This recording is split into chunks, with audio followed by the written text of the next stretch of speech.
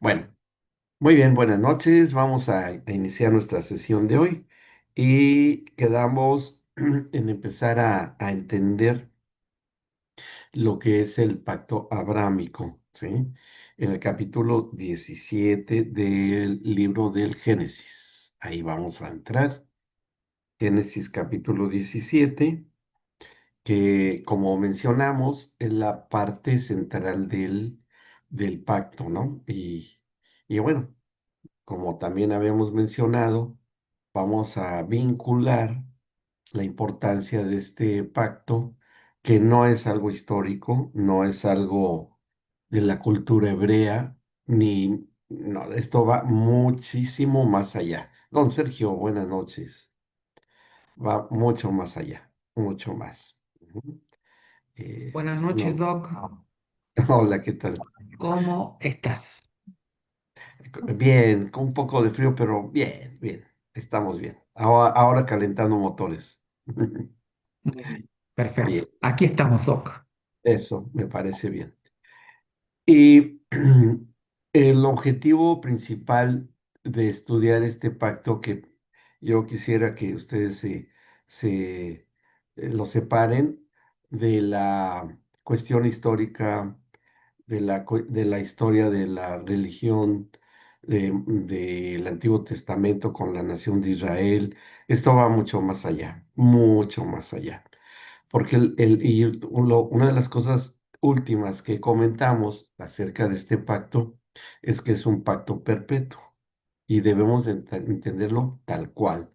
Si habla de que es perpetuo, no lo podemos englobar dentro de una época determinada, ni histórica, ni presente, ni futura, sino que está vigente en un ámbito de eternidad. El Señor no dice términos así, inútilmente o para que sea para estas circunstancias de ese pasado, no, va mucho más allá. Y así debemos de verificarlo. Lo que podamos o tengamos que hacer para lograr la vinculación con lo que nos interesa a nosotros es en el enfoque de la familia. Y ahí es ahí donde sacamos el provecho, ¿no? Porque no es tan sencillo, pero sí se puede. Se puede porque al entender el punto central del pacto con Abraham, entendemos la forma y la manera del pensamiento del corazón del Padre Celestial para que su diseño de familia se perpetuara, ni más ni menos. Entonces, la manera como el Señor se va a establecer en un diseño que se interrumpió con el pecado de desobediencia de Adán y Eva, se va a restablecer a través de este pacto, entre otras cosas, y principalmente entre la comunión de Dios y la humanidad que Él ha creado y esta institución que es la familia. Bien, entonces vamos a ver que esto trae un gran beneficio para multitud de cosas que también las vamos a entender bien. Así es que voy a empezar a compartir esto que está aquí y vamos a entrar a lo que debamos reconocer como los pactos institucionales, ¿sí? Esta denominación que, bueno, tal vez no la van a encontrar en alguna eh, parte así tan específica. Probablemente sí, probablemente no. Es para simplemente ubicarnos en todos los pactos. No nada más es el abrámico, hay otros tres más. De hecho, en toda la escritura hay 9 pactos, en toda la escritura, pero de estos 9 pactos solamente en el enfoque institucional en las que estamos entendiendo y aprendiendo, es por eso que así lo denominamos, ¿sí? No es ni una corriente, ni una doctrina, no es nada de eso. Es simple y sencillamente como buscar un libro en una biblioteca, encontrar el lugar en que estantería se encuentra el libro que nos interesa y se busca en un índice ahí en la entrada de las bibliotecas, bueno, las antiguas, ¿no? Porque ahora pues ya, esas ya son casi museos, y ahí se encuentra, así es esto nada más. Pero va a adquirir sentido también cuando estudiemos finalmente los demás pactos. Y estamos empezando por este, que es el pacto abrámico. Bien, y también habíamos mencionado, creo que esto ya algo habíamos visto de este primer pacto, y vuelvo a enfatizar por qué, como todos los demás pactos, debe de contener todos y cada uno de los términos de pacto, elementos de pacto, ¿sí? Son elementos legales, como leemos aquí, que son muy necesarios para la celebración de los pactos antiguos, ¿sí? Pero que serían trasladados por la redención al nuevo pacto. Ujú. Debió de haber habido una transición de estos pactos a lo que hoy vamos en su momento a entender bajo el nuevo pacto. O sea que no fue algo que fue del pasado, como les he mencionado, sino que tiene una vigencia hasta el día de hoy. Y es parte de la estrategia de la redención, porque la familia debió ser redimida. Si bien por medio de la comunión se logra la redención personal de nuestro ser integral, espíritu, alma y cuerpo, pero las instituciones, cada una de ellas, debieron ser también redimidas. Ujú. Entonces está la redención de comunión, en la comunión, pero ya los demás que gira alrededor de el propósito de Dios para hacer a la humanidad y para seguir su plan, están todos estos componentes y diferentes pactos. Bueno, regresamos al punto. Este pacto tiene los elementos necesarios que ya empezamos a analizar la sesión anterior con los animalitos, ¿sí? Como ustedes se acordarán, que mencionamos que todos estos tienen un significado que a la luz del significado de este pacto, porque bueno, se le pueden dar varios significados, depende desde qué perspectiva. Es parecido a los evangelios, ¿no? Cada escritor del evangelio lo escribió según su óptica espiritual del momento, que por ejemplo Lucas, pues él fue muchísimo después de los otros tres evangelistas. Sin embargo, habla de lo mismo en en la línea del escritor, el doctor Lucas, que escribió ese Evangelio de Lucas, ¿no? Así también Mateo, Marcos y Juan tienen su propia perspectiva dentro de lo mismo. Eso nos da variedad y entendimiento. También estos pactos. Bueno, el corte del pacto se hizo con los animalitos, los términos también, eso es lo que hoy vamos a ver, y la confirmación del pacto. Tal vez alcancemos a ver. Pero estos son los puntos que vamos a considerar hoy. Esto que está aquí escrito, que son términos del pacto abrámico y cómo se fueron confirmando a lo largo del tiempo en las generaciones venideras. Y ya veremos al final, que eso ya no lo vamos a alcanzar a ver hoy, que va a ser el cumplimiento y sanciones, que también estas sí las podemos ir mezclando con los diferentes términos que están acá, ¿sí? Porque, pues, bueno, ahí vamos a ver por qué está interesante también. Bueno, vamos a ver aquí. Entonces, esto, en primer punto, vamos a entender bien cuál es el objetivo del pacto abrámico, el objetivo preciso del pacto abrámico. Como todos los pactos futuros que ya mencioné, está implícita en todos la comunión o comunicación mutua entre Dios y el hombre de pacto, el que sea, de todos los pactos.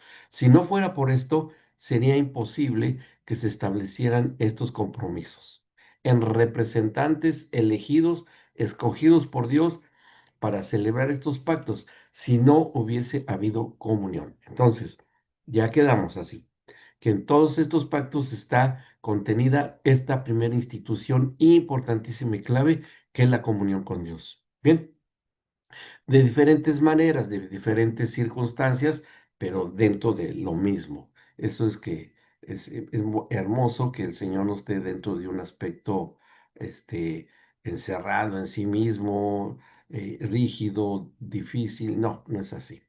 Bien, ¿cuál es el objetivo central y esencial del pacto abrámico? Es esto, ni más ni menos, la entrega mutua de los hijos.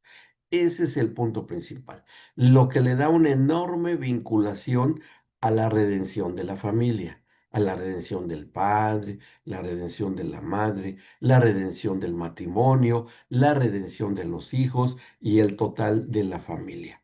O sea que es muy importante considerarlo así, por el simple hecho de que la familia es una institución eterna y permanente, por cuanto el Padre Celestial tiene y forma parte de una familia, el Padre, el Hijo y el Espíritu Santo. O sea, no es menor eso, que haya un reconocimiento de un contexto familiar en las tres personas de la deidad, de Dios. Porque, bueno, si se hubiese reconocido, nunca se hubiera tratado el término de padre. Y es impresionante. Fíjense, es esto que les voy a decir que cómo es pues, de estratégico porque en el Antiguo Testamento, hasta el libro de Malaquías, solamente se encuentra el término padre, al menos en la traducción a nuestro idioma castellano.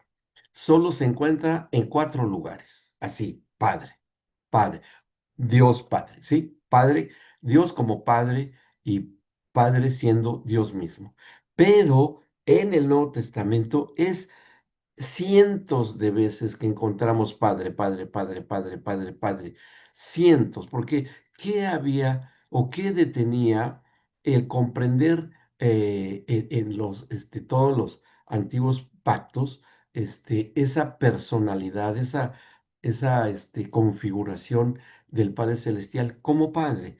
Porque faltaba la transición que se iba a lograr a través de este pacto. O sea, para que se detuviera el entendimiento de la paternidad de Dios, que fue muy limitada. Es más, hasta se consideraba una blasfemia decir que Dios era nuestro Padre, cosa de que le acusaron al Señor Jesucristo, pero después cambiaron las cosas diametralmente. Entonces, fue gracias a esta situación que se pudo considerar este pacto como eje central, la familia. ¿Y cuál fue la estrategia principal, la estrategia central? Que ambos de estos pactantes, que fue el Señor y Abraham, llegaran a este acuerdo. Y el Señor busca a Abraham y le dice, entrégame a tu hijo y yo te entrego a mi hijo. Vamos a cambiarnos, vamos a entregarnos. ¿Sí? ¿Para qué? Pues bueno, ahí es donde entra la cuestión de la redención. Bien, y ambos hijos que fueron en igualdad de circunstancias concebidos milagrosamente. Ujú, ambos. Tanto Isaac, el hijo de Abraham y Sarai o Sara, fueron concebidos por un rejuvenecimiento de ambos, que fue una obra milagrosa, de cómo restaura la biología de Abraham y de su esposa Sara, que era estéril. Y en el caso del Señor Jesucristo, cómo es concebido el Señor Jesucristo como un ser humano sin la intervención de un hombre. Sí, también es algo que tiene su porqué, también lo vamos a entender bien, que esto le confiere la divinidad al Señor Jesucristo, cosa que no debía suceder con Abraham y con Isaac, pero es un tipo y sombra del Señor Jesucristo, Isaac, ¿sí? Entonces, ahí empezamos a unir y a vincular ciertos elementos comunes en este pacto, tanto en el tiempo de Abraham como después con el Señor Jesucristo. ¿Ven? ¿Vamos bien hasta acá? Si tienen alguna pregunta, aquí sí va a ser importante que estén ustedes preguntando. ¿Ok? ¿Vamos bien entonces? ¿Sí? Buenas noches a todos. Hola, Doc. Hola, Clau, ¿cómo está? Hola, ¿cómo Buenas está? noches. Bien, bueno, entonces, tal vez no tengamos dudas hasta acá.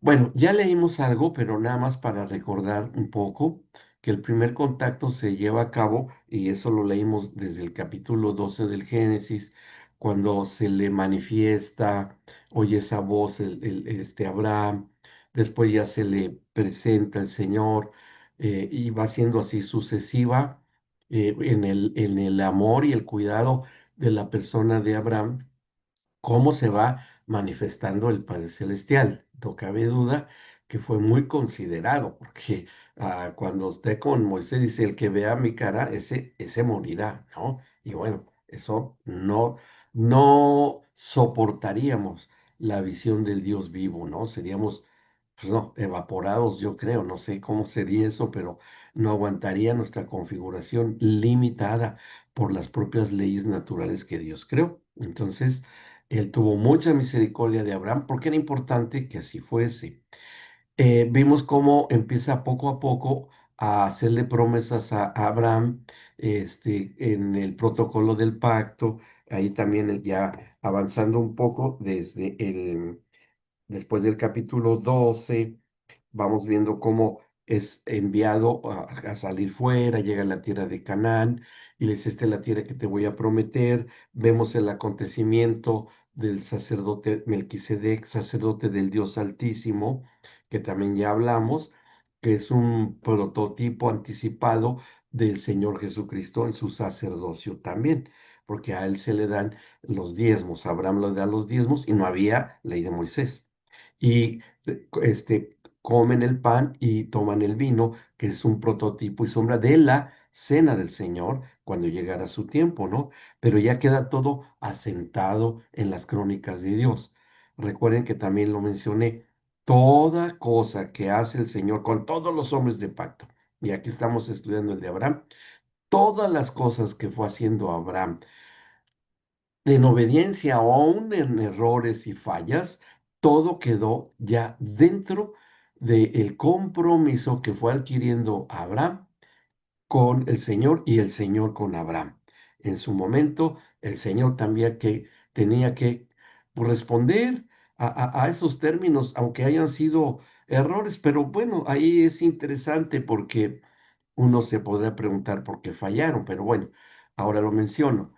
Y que dentro de todos estos términos, cosas que sí fueron necesarias que se hicieran en la obediencia al Señor con Abraham, pero hubo también cosas que se tenían que sancionar. Lo comentaremos en un instante más. Y que además todo esto sería confirmado, pero la confirmación se llevaría a cabo cuando ya estuviera en vías de consumarse. Ujú. Si bien no ocurrió en esa época histórica, ahora sí que histórica de Abraham, pero sí llegaría a cumplirse con el mismísimo Abraham cuando llegara el tiempo. Ahí está también algo sumamente interesante. Y el cumplimiento final, que se verá también cuándo es que la totalidad del pacto abrámico se llevará a cabo. Todavía estamos en proceso. Estamos en medio de todo esto. Hoy por hoy, así estamos. Bueno, esto fue la significado. Creo que esto ya lo habíamos visto, ¿cierto? Sí, ¿verdad? A ver, el significado que dijimos que esto tiene una correspondencia, desde la perspectiva del pacto abrámico del significado de cada animalito. Aquí dijimos, becerra, que significaría el bien de la inocencia y caridad que tuvo que ejercer el Señor Jesucristo cuando Él le tocara. Ujú. Dijimos, ¿por qué animalitos? Porque los animales no pecan, ¿sí? Pero tienen carne y tienen huesos. Y así el Señor Jesús también sería un ser humano con carne y huesos, también, y que Él también estas virtudes demostraría gracias a este compromiso. O sea, cuando el Señor le pide una becerra que es sacrificada, el Señor veía que el Señor Jesucristo sería una persona que para su prójimo ejercería y estaría en una situación de inocencia, de santidad y de compasión al ser humano, ¿no? La máxima prueba fue cuando clama por el perdón todo el género humano en la cruz del Calvario. Padre, perdónalos porque no saben lo que hacen. A toda la humanidad de todos los tiempos. Bueno, gracias a este compromiso que ahí se va a ir cumpliendo. La cabra, que es la parte de donde va a cargarse los pecados del género humano.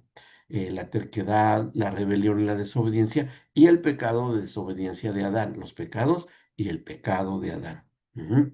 Después el carnero, en donde aquí también involucra la sabiduría, discernimiento, sacrificio, protección y guía. Ujú. ¿Por qué? Porque tiene mucho que ver con la expiación de pecados, perdón de pecados esto, porque el sacerdote, principal sacerdote en el tabernáculo, una vez al año, había un carnero seleccionado para que se orara por depositando los pecados de la nación sobre ese carnero. Ya una vez que el sacerdote oraba y confesaba los pecados sobre ese carnero, se echaba al desierto, y en el desierto, que era el prototipo del infierno, allí era devorado por calor y por seres fieros, ¿no? Leones, osos, qué sé yo, los animales que hubiera, alimañas y todo.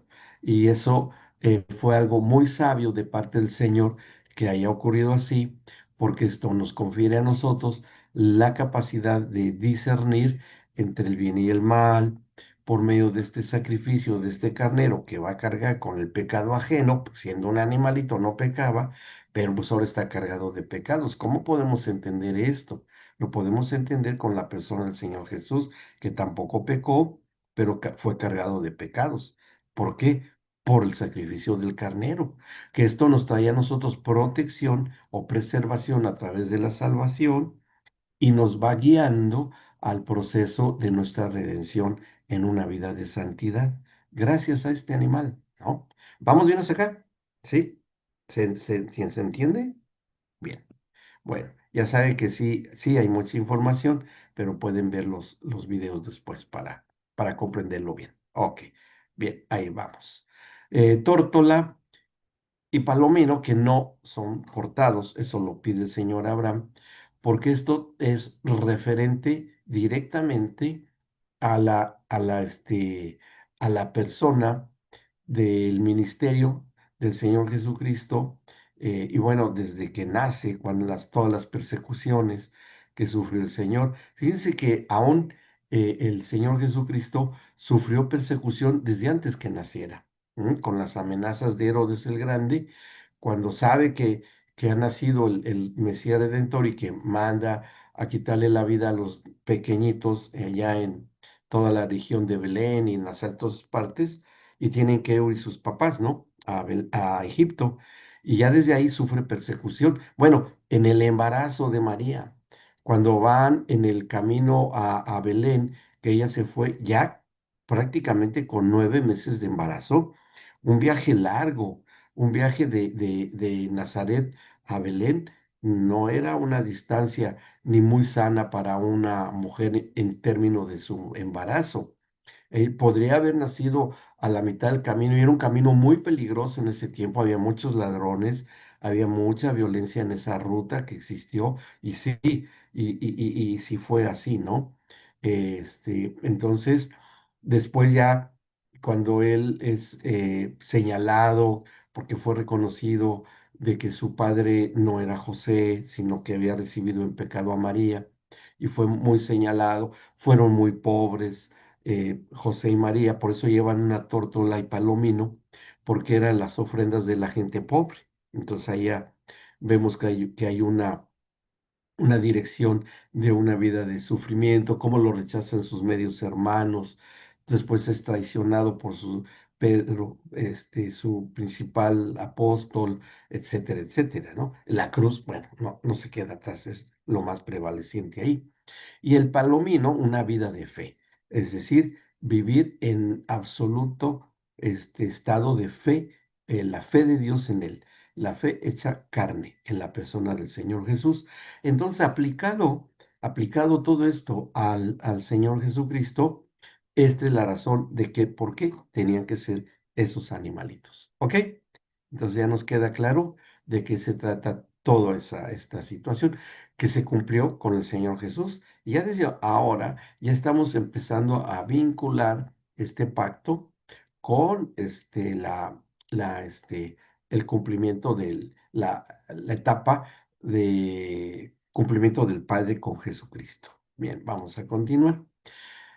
Bueno, ahora sí, esto también lo habíamos comentado, que fue la falla del hombre de pacto, que ahí fue precisamente después del significado de los animales, eso está en el capítulo 15, cómo viene esta situación de que cayó un gran temor sobre Abraham, ¿se acuerdan, no? Que eso está en el versículo 12. Bueno, el 11 y el 12, ahí esto ya no, que no se los comenté en detalle, pero el 11 y 12 del capítulo 15 dice algo, miren, nosotros podríamos pensar que por qué están incluidas las fallas de los hombres de pacto, porque así falló Abraham, así fallan también otros hombres de pacto que vamos a estudiar.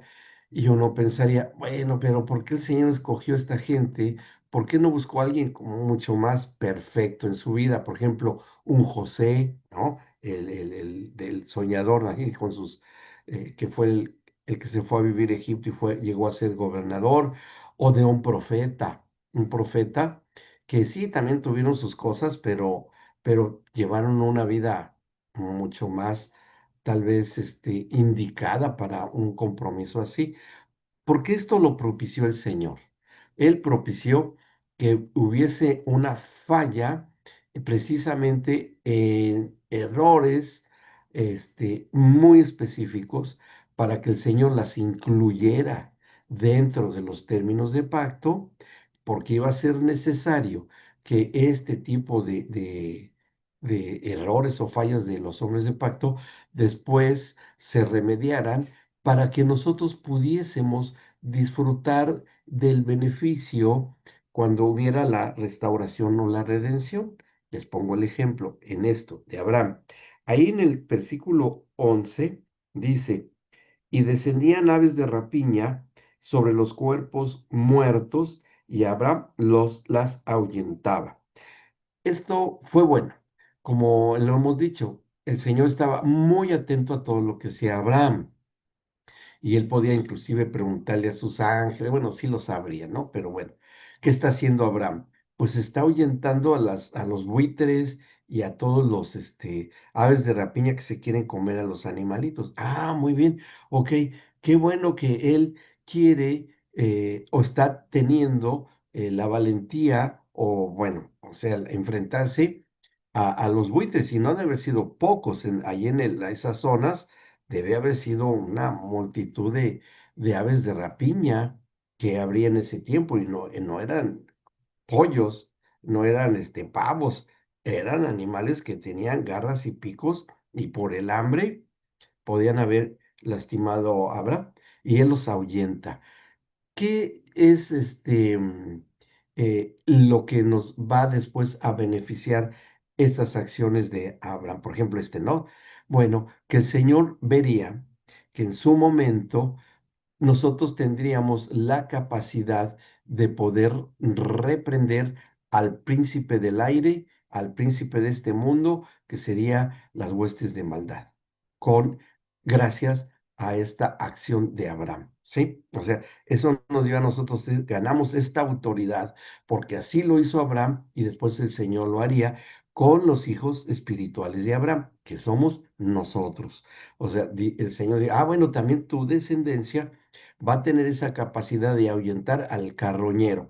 Y es interesante porque estos animales que eran aves, buitres o lo que ustedes, los que haya habido, cuervos inclusive, esto comían animales muertos, animales que podrían estar ya putrefactos por carroña, que eso es muy propio de las actividades de del diablo, o bueno, hay un nombre que se encuentra en la escritura de Belcebú, ¿sí? O Belcebú o Baal-Zebú, que significa el señor de las moscas o el señor de la corrupción, que es todo lo que sean y que tenga que ver con las conductas corrompidas, corruptas, ¿sí? Que son inducidas hasta el día de hoy en quien no conoce del Señor, o sea, todo lo que tenga que ver con la iniquidad y la maldad y que tenga que ver con la descomposición, ¿no? Así, de todo tipo, moral, política, todo lo que ustedes quieran, la enfermedad por la corrupción misma del cuerpo, todo eso. Ujú. Eh, Se gana autoridad sobre eso. O sea, sí, qué bueno que hizo eso Abraham, ¿no? Eso fue bueno. Pero ahora en el versículo que sigue, 13, no, 12, 15, 12, aquí es donde podemos reconocer una falla de Abraham, como habrá otras, pero esta primero. Dice en el versículo 12, mas a la caída del sol sobrecogió el sueño a Abraham, y he aquí que el temor de una grande oscuridad cayó sobre él, y esta opresión que va a sufrir Abraham, después la tendría que revertir el Señor Jesucristo, cuando estuvo en el Getsemaní, ¿sí? Cuando estuvo en el Getsemaní, ahí Abraham eh, estaba acostumbrado a las tinieblas del desierto, o sea, no era un cobarde, estaba acostumbrado a eso, pero algo pasó con Abraham cuando queda con sueño y viene esta opresión de las tinieblas sobre él, esta oscuridad, y bueno, viene miedo a Abraham, ¿sí? Y bueno, esta misma circunstancia habría de manifestar el Señor Jesucristo cuando él vive primero una tristeza enorme hasta la muerte en el Getsemaní. Lo vamos a estudiar en más detalle y después cuando su estancia en el infierno, ahí. Por eso es tan necesario que esto lo hubiera Abraham para que el Señor Jesús pudiera ir al infierno, ¿sí? Para que el Padre cumpliera este pacto con Abraham. ¿Ok? ¿Se entiende? ¿Sí? Es pura estrategia de parte del Señor. Bueno. Entonces, esto, por eso les digo que es un poco relativo el pensar que fue una falla de debilidad o accidental. No, fue con toda intención que la propició el Señor con los hombres de pacto. Hoy vemos ese beneficio con nosotros como descendencia de Abraham.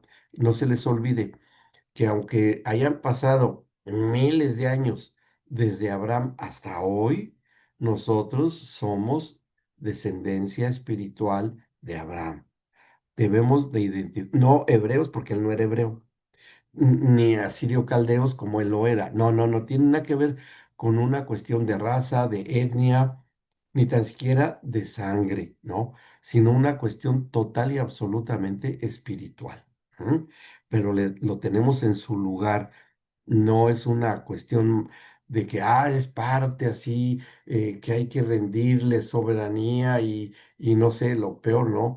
Llegar a reconocerle como alguien parecido a Dios. No, no, no, no, no, no, no, no. Fue una estrategia sumamente inteligente de parte del Padre para que nosotros hoy disfrutásemos de esto que se logró, ¿sí? Y esto en el ámbito de familia es muy importante que esto se pueda dar en nuestras propias generaciones, es decir, nosotros como padres de familia ya hemos incluido y hemos involucrado a nuestros hijos, a nuestros nietos y a los que vengan después con este beneficio heredado desde Abraham.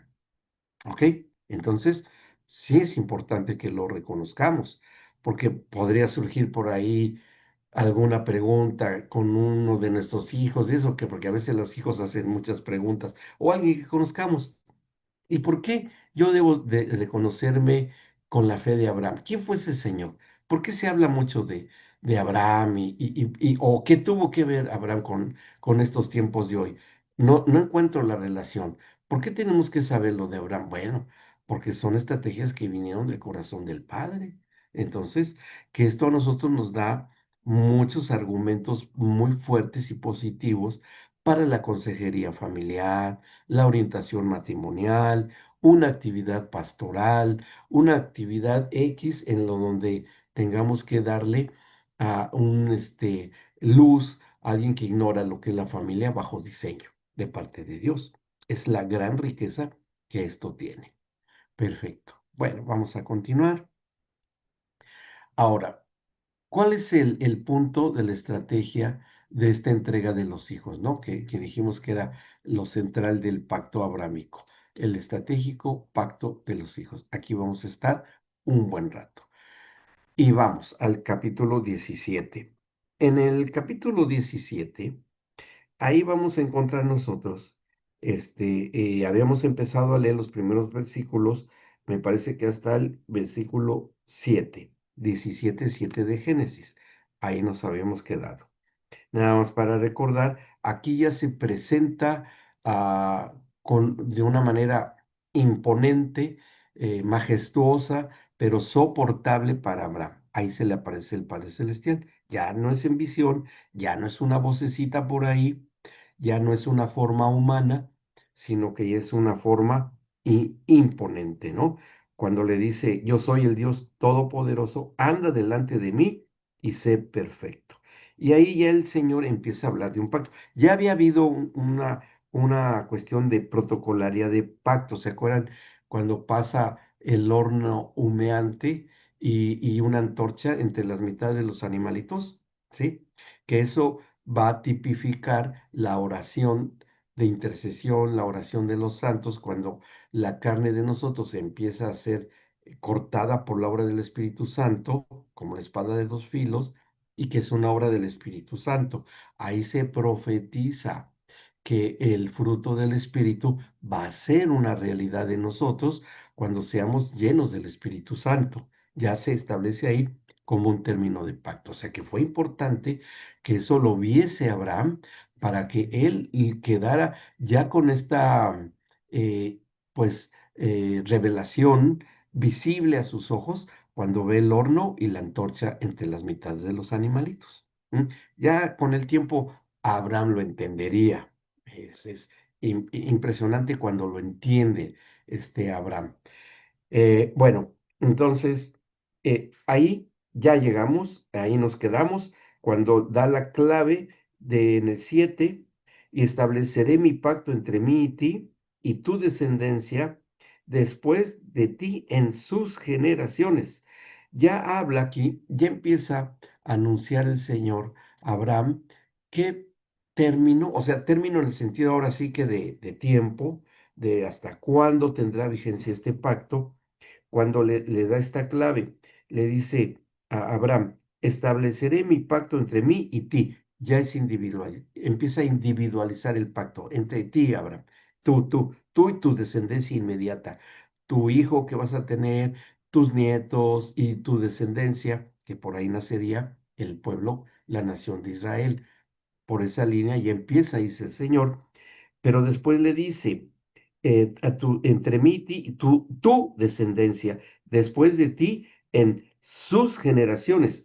Ahora ya habla en plural y ya ahí el Señor dice, de todas estas generaciones, la tuya, la inmediata, va a haber esta provisión de cumplimiento de pacto, pero las descendencias de todos ellos, que después van a ser otros más, van a también a disfrutar, porque miren, ¿se acuerdan que el Señor le ordena a Abraham que algo que va a hacer a continuación?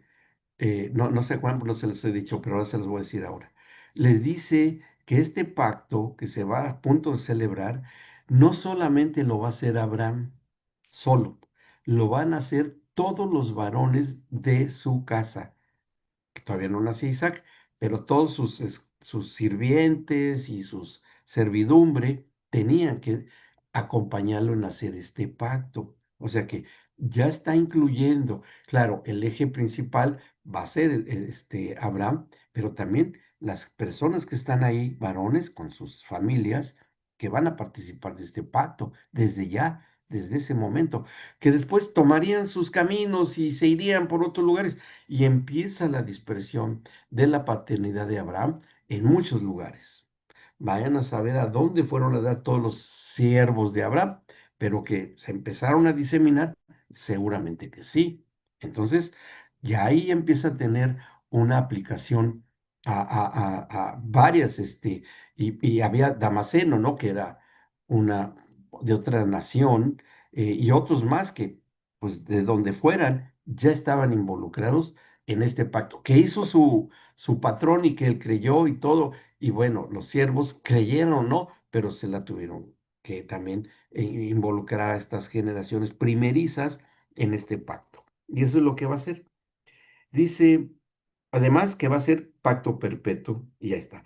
¿Y cuál es el beneficio de que sea un pacto perpetuo, o sea, eterno, hasta hoy? Pues fíjense que ni más ni menos, va a ser pacto perpetuo para ser tu Dios, para ser tu Dios.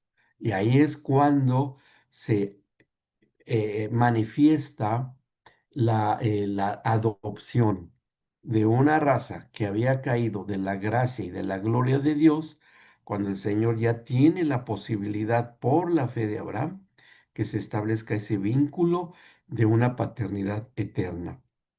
Sí, cuando le dice así, yo voy a poder ser tu Dios por este pacto perpetuo si lo cumplimos. Tú lo cumples y yo lo cumplo. ¿Sí? Y ahora le va a decir, ¿qué manera? ¿Cuál es el, la lapicera con lo que se va a firmar este pacto? Ahora está a punto de decírselo. Entonces, ahí es un punto importantísimo porque parece ser que no era su Dios. Y sí, en verdad, todavía no lo era, porque había una multitud de falsos dioses, ¿no? Por el usurpador que había sido la serpiente, el diablo, lo que sea, y no la había habido. Pero aquí sí el Señor le dice, yo voy a ser tu Dios, pero ¿cómo? Y voy a ser para todas las generaciones. ¿Por qué, Señor, si hacemos este pacto? ¿Se dan cuenta de lo importante que es? Es decir, que en automático toda la descendencia espiritual de Abraham hasta nuestros días ya está preparada la adopción de nuestro Padre Celestial para esta descendencia generacional de Abraham, en la cual estamos nosotros. Fíjense cómo ya se va preparando una estrategia para los siglos venideros y para cientos de miles de generaciones. Ya se empieza a ver la magnitud que esto tiene, ¿no? Por eso, con un solo hombre, pero pues por un solo hombre se perdió la humanidad, con un solo hombre que fue Adán, pues ahora con un solo hombre fue suficiente para restablecer los vínculos entre que este Dios, pues que es el único Dios verdadero, se relacionara nuevamente con la humanidad. Por eso es el principal de estos pactos, este pacto abrámico. Bueno, seguimos ahí. Y siempre está hablando también de generaciones, generaciones, hijos, hijos, padres, hijos, padres. Siempre está presente la paternidad y el ser hijo. ¿Sí? Bueno, dice, sigue diciendo el 8. Y te da, sí, para ser tu Dios y el de tu descendencia después de ti. Bien, en el 8. Y te daré a ti y a tu descendencia después de ti, ya está más individualizada la cosa, la tierra en que moras, toda la tierra de Canaán en edad perpetua, y seré el Dios de ellos también. O sea que a los que van a vivir ahí, sus generaciones inmediatas, va a haber ahí la posibilidad de que ellos también tengan a este mismo Dios. Dijo de nuevo Dios a Abraham en el 9, en cuanto a ti, Abraham, ya ahí se empieza a concentrar el Señor con Abraham. Le dice, en cuanto a ti, guardarás mi pacto, tú y tu descendencia después de ti por sus generaciones. Este es mi pacto. Ahí se lo va a decir. Esto va a ser, esto es lo que vas a tener que hacer, Abraham. Y dice, este es mi pacto, que guardaréis entre mí y vosotros y tu descendencia después de ti. Será circuncidado todo varón de entre ustedes. Circuncidarán pues la carne de vuestro prepucio y será por señal del pacto entre mí y vosotros. Y bueno, aquí pues Abraham seguramente se quedó con una expresión así, ¿cómo? ¿Por qué? ¿Por qué la circuncisión si yo ya soy un viejito? ¿Cómo? Además, ¿quién me va a circuncidar si no hay pediatras o un cirujano? ¿Cómo le vamos a hacer con el cuchillo que se cortan los bifes acá? ¿O cómo, señor? No, además, como médico les digo, la circuncisión en un varón adulto hasta el día de hoy es riesgosa, tiene su riesgo, no se hace así nada más, ¿no? Pero se hace cuando es médicamente indicado, porque es muy fácil que se pueda propiciar una hemorragia muy severa y en ese tiempo, pues más, ¿no? Más. Pero eso, ¿por qué una circuncisión? ¿Y qué importancia tiene esto? Porque hay un trasfondo estratégico, como es este pacto, de por qué tenía que ser una circuncisión en los varones. No solamente en Abraham, sino aquí lo dice, ¿no? Entre ustedes, todo varón de entre ustedes. Y bueno, recibe la orden Abraham y ahí pues queda la expectación de que Abraham obedeciera, de que Abraham dijera, está bien, lo voy a hacer yo y todos los varones. Bueno, todos los varones ahí, no, pero ¿cómo nada? Haber sido un lloro y crujir de dientes ahí, ¿no? Pues y además tenía que hacerlo porque era el señor de la tribu ahí, ¿no? Y bueno, porque vamos a ver. Y la Biblia nos habla mucho de esto, muchísimo, tanto en el Antiguo Pacto como en el Nuevo Pacto. Inclusive, aún llegaremos hasta las cartas apostólicas, que hablan mucho de este elemento de pacto. Es un término de pacto. Vamos a empezar por esto, para entender bien. Y van a ver ustedes qué significado tan fuerte tiene esto. Cuando desobedece Adán y Eva y comen del árbol de las ciencias del bien y del mal, pues desobedecen y desafían la orden de Dios, pasa algo que hemos leído muchas veces, pero que vamos a volver a releer. Acuérdense que Adán y Eva, cuando estaban en el huerto del Edén, o sea,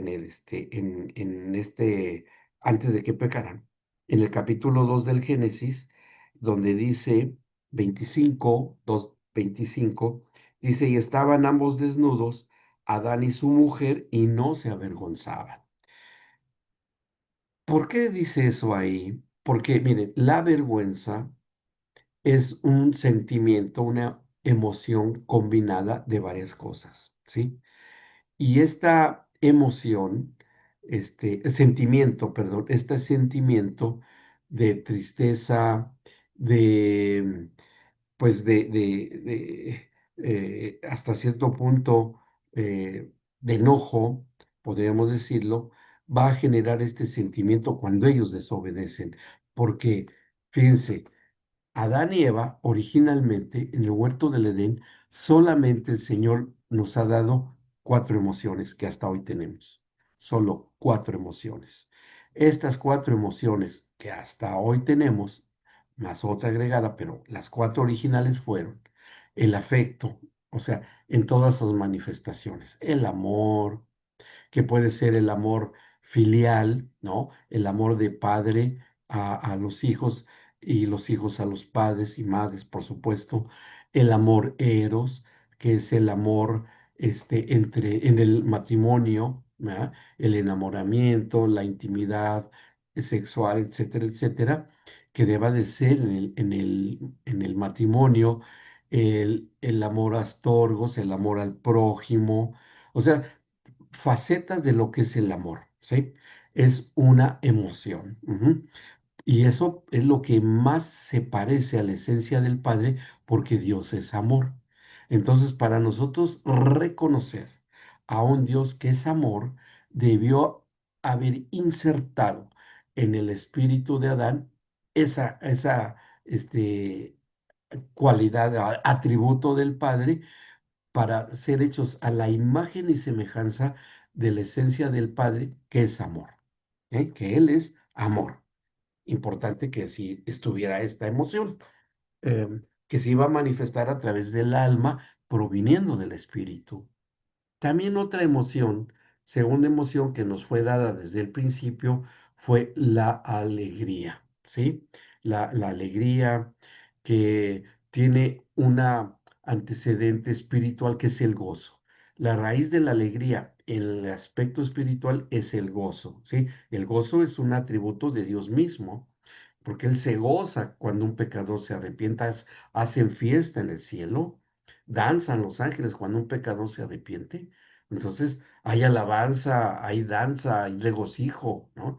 Entonces algo que proviene de Dios, que Él tiene también, y se le fue dada a la primera generación que fueron Adán y Eva, que el gozo en la parte del alma se va a manifestar a través de la alegría. Oh, me siento muy ligerito, estoy muy contento porque pasó esto bueno en mi familia, este, nació ya mi primer hijo, o ya soy abuelo, o somos muy felices mi esposa y yo, etcétera. Elementos que nos fueron dados originalmente para eso.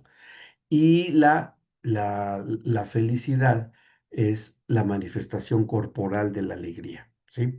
O sea, tenemos ahí un montón de cosas de beneficio cuando nos reímos, el Señor se ríe también. Todas estas emociones también las tiene el Señor, ¿eh? Todas, sin excepción, todas ellas. Y las tuvo el Señor Jesucristo, todas ellas. Y la última, las dos últimas, las dos que nos faltan, es la tristeza. También la tristeza es una emoción que tiene el Padre Celestial. Él se entristeció cuando el hombre pecó. Se entristeció mucho y Jesús también se entristeció. Él mismo lo dice en el huerto del Getsemaní. Mi alma está triste hasta la muerte. O el Espíritu Santo se entristece o se contrista cuando un hijo de Dios peca, ¿no? O cualquiera de nosotros. Y manifestación de tristeza, bueno, tiene intensidades también, pero bueno, porque Dios también las tiene. Y de eso nos sirve también para la restauración, para el perdón y para toda una serie de cosas que tenga que ver el sentimiento de la combinación de enojo, que es la última emoción también, el enojo. Ujú. El enojo, Dios se enoja y tiene también diferentes manifestaciones, ¿no? Desde la ira de Dios, ¿sí?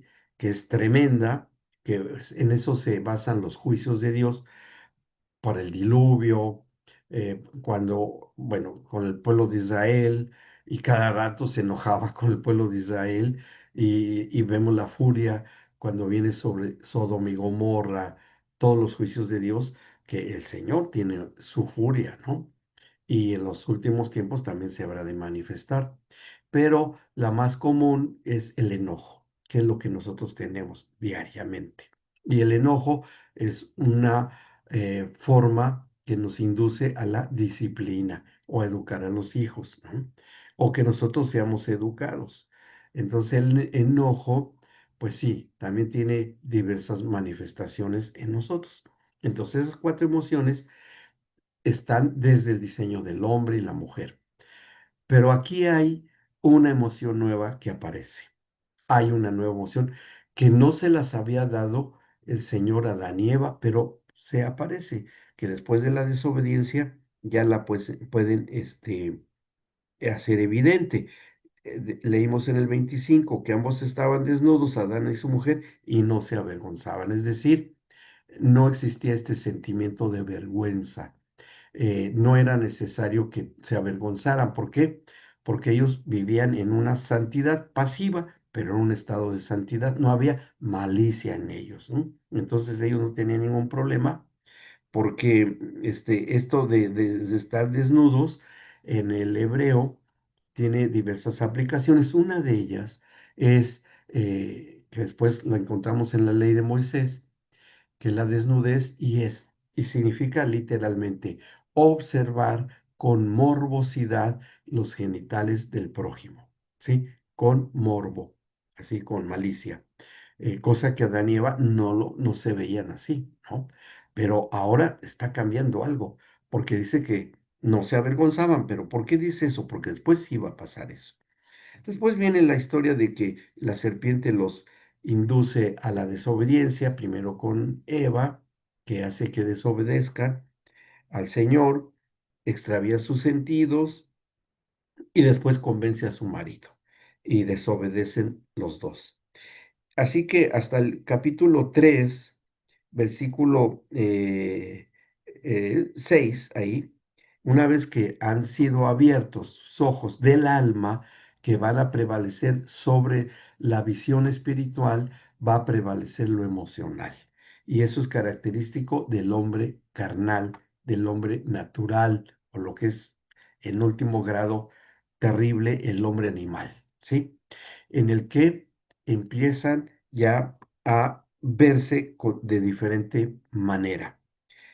Abren sus ojos sabiendo el bien y el mal, y dice en el versículo, bueno, capítulo 3 versículo 7. Entonces fueron abiertos los ojos de ambos. ¿Cuáles ojos? Los ojos del alma, ¿sí? O sea, aquí hay algo también interesante.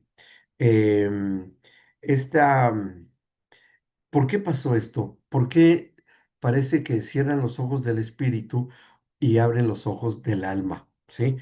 Por la influencia de la serpiente, de Satanás mismo, que los convence y los hace que se sujeten a él, ¿no?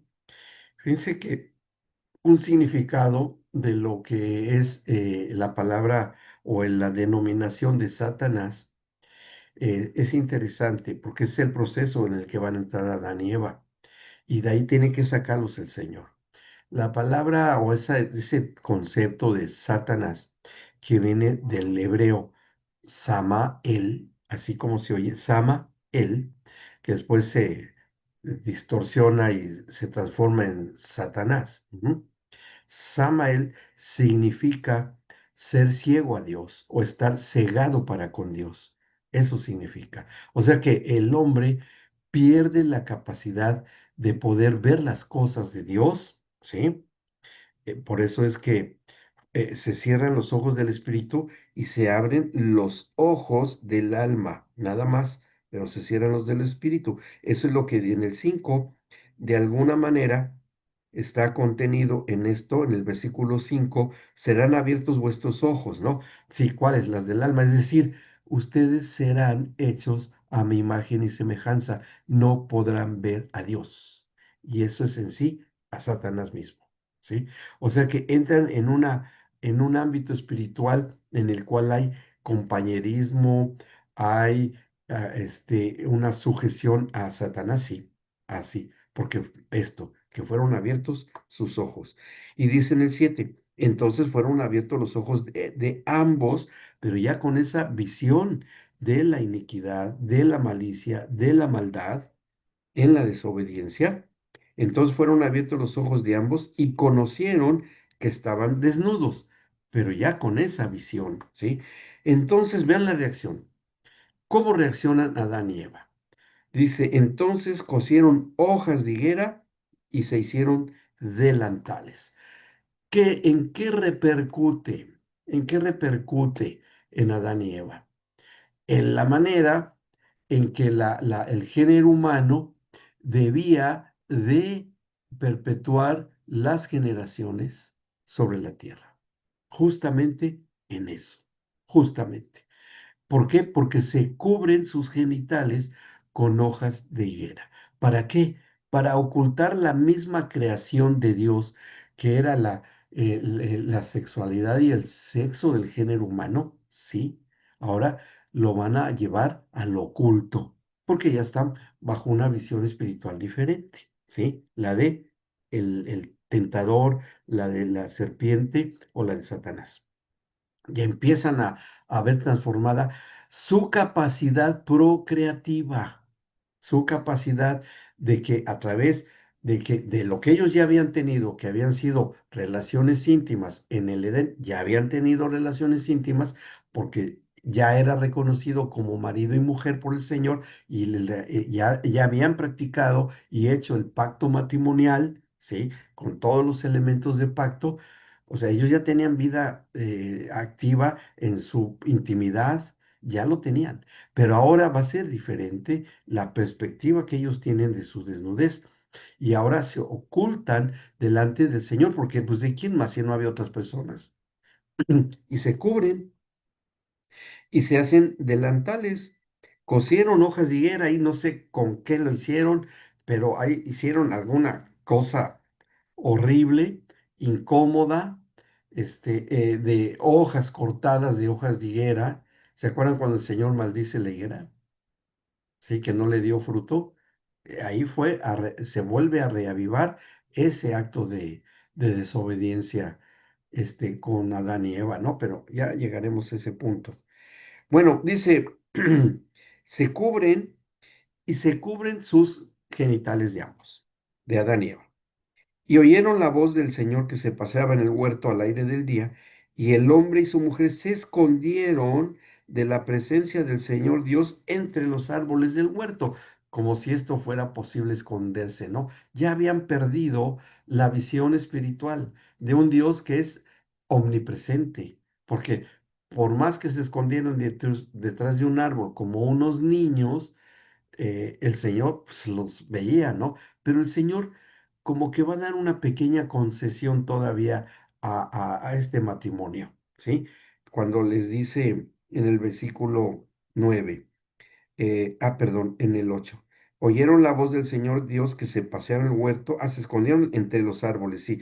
O sea, se esconden detrás de árboles de madera, obviamente, no pierdan eso, porque va a ser estrategia del Señor lo que después va a hacer con su Hijo, el Señor Jesucristo.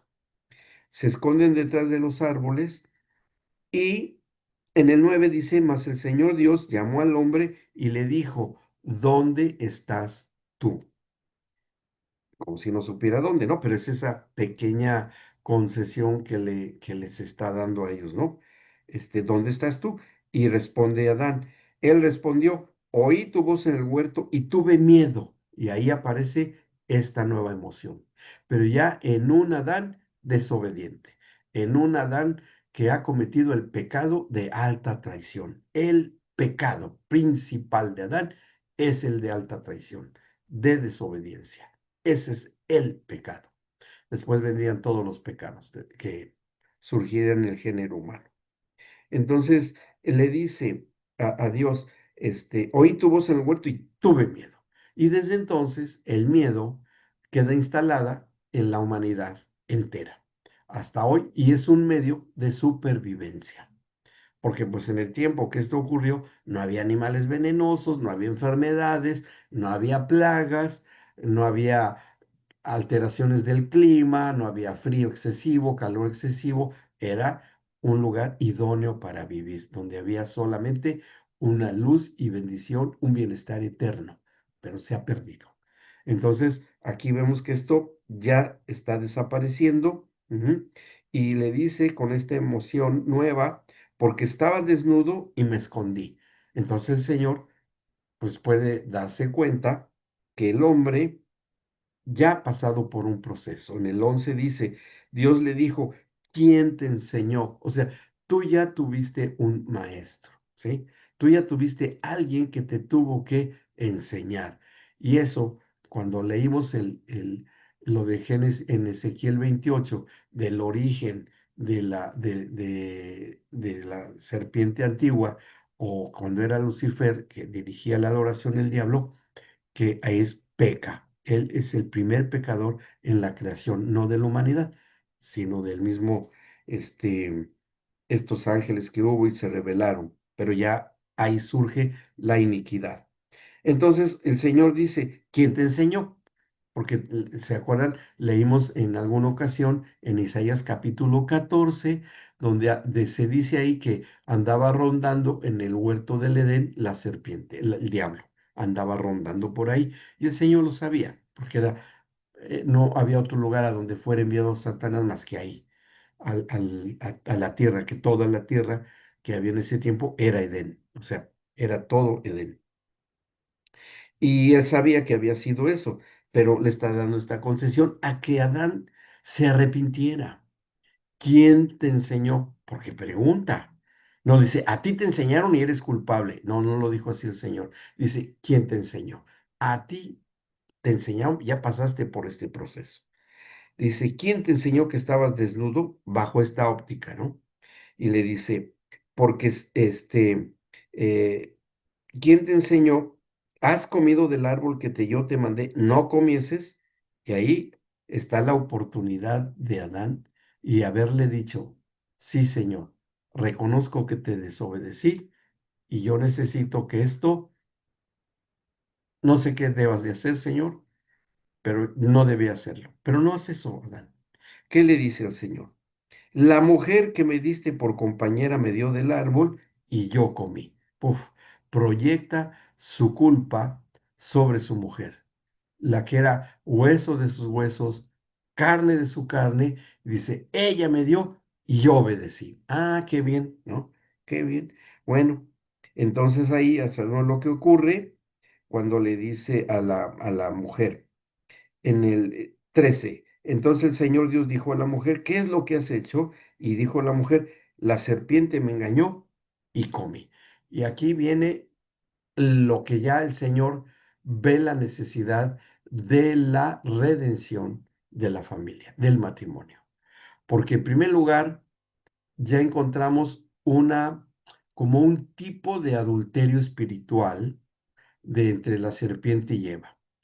Cuando ella se sujeta a este personaje, sujeta su voluntad, come del fruto que no debía comer, ahí y el Señor Jesús hace esa denuncia en el capítulo 5 de Juan y 8, y donde dice que el diablo es homicida desde el principio. ¿Desde cuándo? Desde el Génesis. ¿Cuándo? Allí, Génesis 3. Ahí los ubica a la gente que le está hablando el Señor Jesús. Dice, ahí fue que la serpiente engañó y fue homicida. ¿Por qué? Porque acaba con la presencia de Adán delante de Dios. O sea, hay una muerte espiritual, una muerte en ese término de espiritualidad, que es decir, ruptura de la comunión entre el hombre y Dios. Eso. Y además de que hay una ruptura de la comunión, cuando esto sucede, dice también en el que es padre de mentira. Es decir, ahí va, la serpiente va a usurpar el lugar del Padre Celestial. Lo usurpa. ¿Cuándo usurpa el lugar del Padre? Cuando Eva se deja convencer, come del fruto y da a luz a la mentira. Porque si dice que es padre de mentira es porque pues es una cuestión paternal. Entonces, hasta hoy la influencia de la mentira es el principal destructor del vínculo matrimonial, el principal. Cuando un matrimonio se está basando en un juego de mentiras y de conveniencias, en donde gira alrededor de mentiras que se dicen, pues ya está en esta situación, ¿no? Terrible, y eso es totalmente de las tinieblas. No puede caminar un matrimonio. ¿Y de qué se trata el adulterio? De una mentira. ¿De qué se trata la fornicación? De una mentira. Todo lo que tenga que ver con eso es basado en este acto. Y el Señor dice, ok, tengo que restaurar esto. Se cubrieron sus genitales, se ven desnudos ahora con los ojos del alma, enceguecidos de lo que yo dispuse en su sexualidad. Y ahora, ven, el varón por haber sido el primer criatura hecha por Dios, de donde sale Eva, tendrá que circuncidarse. ¿Sí? Pero no lo va a decir sino hasta que venga Abraham. Ajá. Entonces ahí vinculamos la circuncisión de Abraham, que es sobre sus genitales de Abraham, en el que tendrá que hacerse este pacto de Abraham, ¿sí? Que tiene que haber corte de la carne, derramamiento de sangre y con la promesa de que si Abraham se hace la circuncisión, le podrá dar un hijo a su mujer que era estéril, ¿sí? Por una intervención milagrosa y que no fuese nacido el hijo de ambos, Isaac, por una cuestión biológica simple. No, no iba a ser así. Iba a haber una intervención del poder de Dios que naciera Isaac, rejuveneciendo a Sara y a Abraham, y pudieran tener este hijo, ¿sí? Ahí vemos la vinculación en el matrimonio de Abraham y de Sara. Y ahí es donde también vamos a encontrar que ese proceso se va a llevar a cabo en la redención, pero tenemos que llegar a ese punto con el Señor Jesucristo. ¿M? Pero acá, el primero que lo va a ser Abraham. Y hace algo mientras naciera Abraham, llegara el tiempo del nacimiento de Abraham. Fíjense lo que hace el Señor con Abraham, con Adán, Adán ahí y Eva. Dice en el versículo 21, 3:21, dice, y el Señor Dios hizo al hombre y a su mujer túnicas de pieles y los vistió. O sea, el Señor tiene que sacrificar un animalito o animalitos para vestir a Adán y Eva y cubrirles principalmente que sus genitales. Les quita las hojas de higuera, sacrifica un animalito y cubre su desnudez. Dice, bueno, mientras yo sigo con mi estrategia, con esto se van a cubrir sus genitales. Pero esta es una cuestión profética.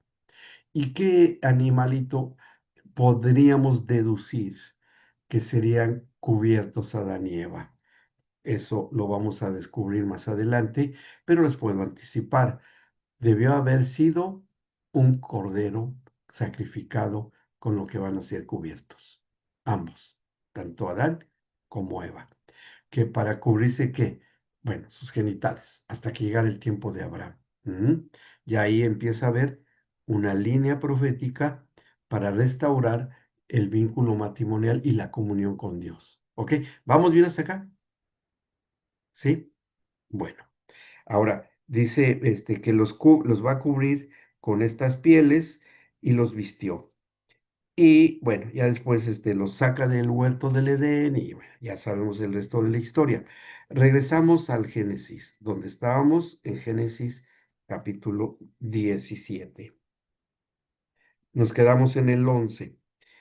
Cuando ya Abraham obedece y sí lo hace, eh, bueno, el Señor está diciendo que en el 11, circuncidarán pues la carne de su prepucio y será por señal del pacto entre mí y ustedes. Y Abraham, ahí queda la situación de que él obedezca. Y bueno, sí obedece. Le da otras indicaciones. Dice, y de edad de 8 días será circuncidado todo varón entre ustedes por sus generaciones, el nacido en casa y el comprado por dinero a cualquier extranjero que no fuere de tu linaje. ¿Sí? Es decir, aquí el Señor ya está viendo también algo profético a futuro, porque bueno, a ver, Abraham no era hebreo, ¿verdad? No era hebreo, era asirio caldeo, ¿se acuerdan? ¿Sí? Y entonces, luego entonces, ¿cuáles serían los extranjeros? Que no fuesen asirio caldeos. ¿A quién se estaría refiriendo también? Bueno, a dos tipos de extranjeros, que sería la nación de Israel. Serían extranjeros, conforme a la nacionalidad y su origen de nacimiento de Abraham, serían entonces en la nación hebrea, los extranjeros. Y los que no fueran de la nación de Israel, que serían los gentiles, o sea, nosotros. Está incluyendo esas categorías de nacimiento. Bien, por eso fue importante lo que él está diciendo acá. Cualquier extranjero se va a hacer esto y comprado por dinero a cualquier que no fuere de tu linaje. Debe ser circuncidado el nacido en tu casa y el comprado por tu dinero, y estará mi pacto en vuestra carne por pacto perpetuo. Se vuelve a manejar la condición de perpetuidad, ¿sí? Y bueno, ya ahí empezarían a surgir algunas cosas en nosotros, ¿no? Pacto perpetuo, y entonces hoy por hoy, como creyentes en Cristo, seguidores de Cristo, nos tenemos que circuncidar. ¿Cómo tendría que resolver esto el Señor?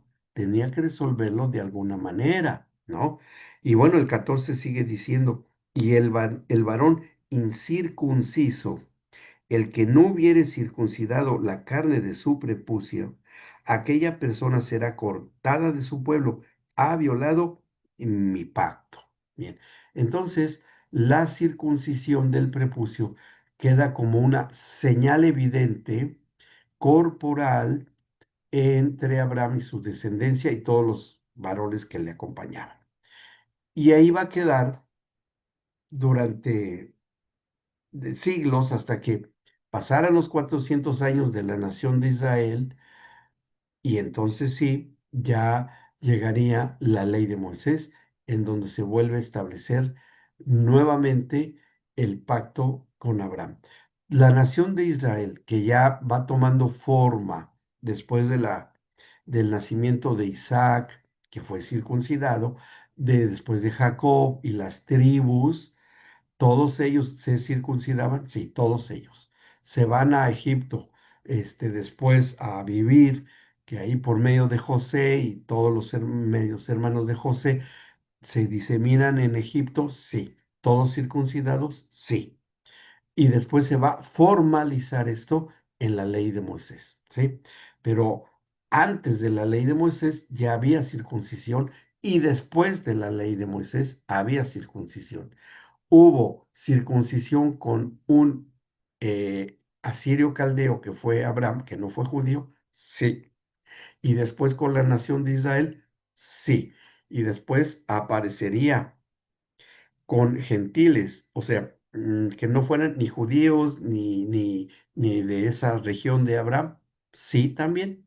Pero vamos a ver cómo se logra, porque esto va a ser motivo y la estrategia del Señor para restaurar a la familia, al matrimonio, ¿sí? Este fundamento, a través de esta estrategia de la circuncisión, va a lograr, y por medio de Cristo, que la familia regrese al diseño original. ¿Ok? Así es de importante. ¿Vamos bien hasta acá? ¿Sí? Ok, perfecto. Ahora,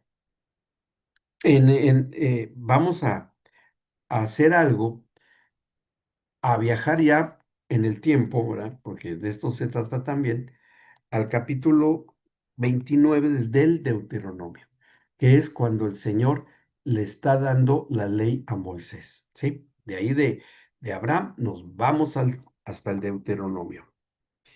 Y aquí en el 29, que están ya pues en las condiciones del peregrinaje de la nación de Israel, eh, pues todos estos 40 años que anduvieron peregrinando en el desierto, se va a hacer también un pacto, que es el pacto del desierto, así se le llama, o el pacto del Sinaí, o el pacto mosaico, o el pacto de Moisés, tiene varios nombres, pues es el mismo, que no lo vamos a ver bajo esta configuración de familia, pero es un pacto, ¿sí?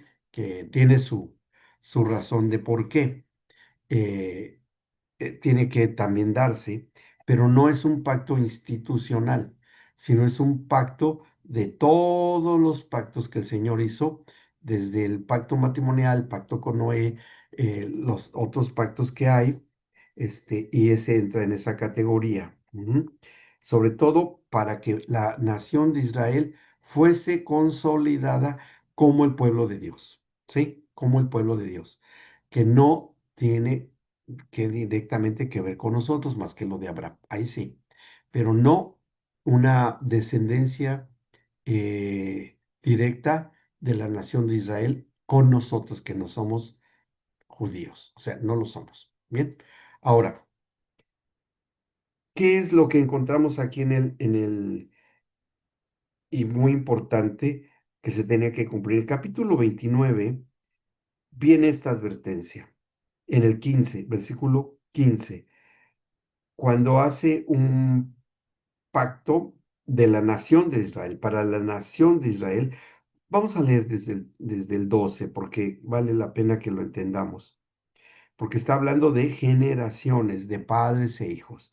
Dice el 12, para que entres en el pacto de Jehová tu Dios, se lo está diciendo Moisés, y en su juramento que el Señor tu Dios concierta hoy contigo, para confirmarte hoy como su pueblo. Está hablando de la nación de Israel. Y para que Él te sea a ti por Dios, de la manera que Él te ha dicho, y como lo juró a tus padres, a Abraham, Isaac y Jacob. Es específico con las tribus de Israel, ¿no? Desde Isaac, Jacob, bueno, hasta con Abraham. Específico para la nación de Israel. Y no solamente con ustedes hago yo este pacto y este juramento, sino con los que están aquí presentes hoy con nosotros delante del Señor nuestro Dios y con los que no están aquí hoy con nosotros. ¿Quiénes? Los que vendrán a futuro hasta el día de hoy con la nación de Israel. Es específico con la nación de Israel, ¿ok? O el que se convierta a la religión de Moisés. Bueno, los prosélitos que se les reconoce de esta manera. Y si no se obedece este pacto que se está estableciendo acá, si se apartan y se vuelven idólatras, etcétera, en el 20 viene una advertencia muy, muy seria. No querrá el Señor perdonar al apóstata que se separa de este pacto de la nación de Israel, sino que entonces humeará la ira de Jehová y su celo sobre el tal hombre, y se asentará sobre él toda maldición escrita en este libro, y el Señor borrará su nombre de debajo del cielo. Es decir, será excluido de la nación y la ascendencia hebrea o israelita. Así, va a ser quitado, va a ser quitado. Una advertencia bastante seria que después el Señor podría revelar a través de los profetas el plan de la redención. Y el capítulo 30, ahí vamos, y esto es el punto importante, a donde el Señor quería instalar en la ley de Moisés. ¿Qué es lo que va a ocurrir en el capítulo 30? Bueno, dice así el versículo 1.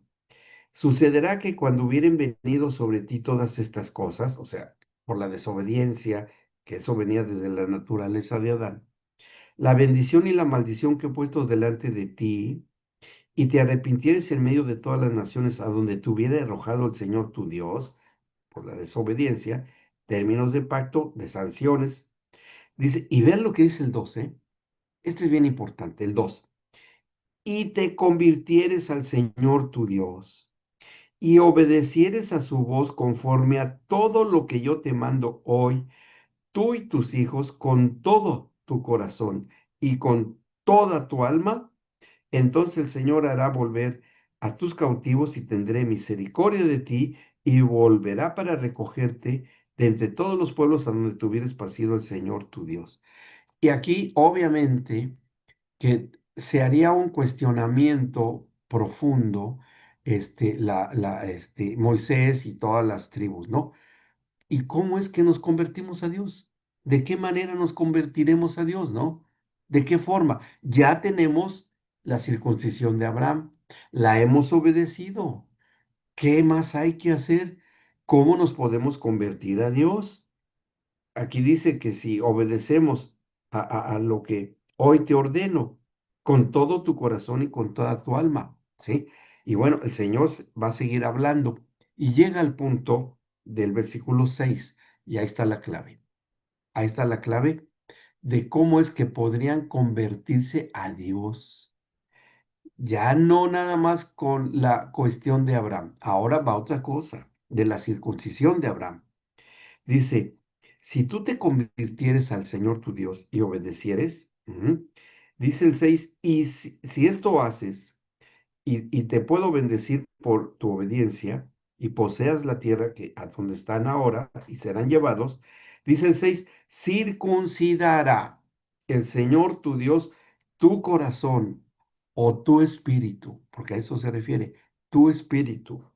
Va a circuncidar el Señor Dios tu espíritu y el espíritu, el corazón de tu descendencia, para que ames al Señor tu Dios con todo tu corazón o con todo tu espíritu, con toda tu alma, a fin de que vivas. Y ahí está el ser convertidos a Dios, a la nación de Israel. Pero después de esto, el Señor Jesús lo transportaría aún a los gentiles. ¿Por qué? Porque estaba la circuncisión de Abraham. Entonces aquí la clave es para la nación de Israel, sí, está bien, pero ellos ya se circuncidaban conforme a lo de Abraham. Pero aquí les dice, tiene que circuncidarse y el Señor lo va a hacer cuando Él les circuncide el prepucio de su espíritu.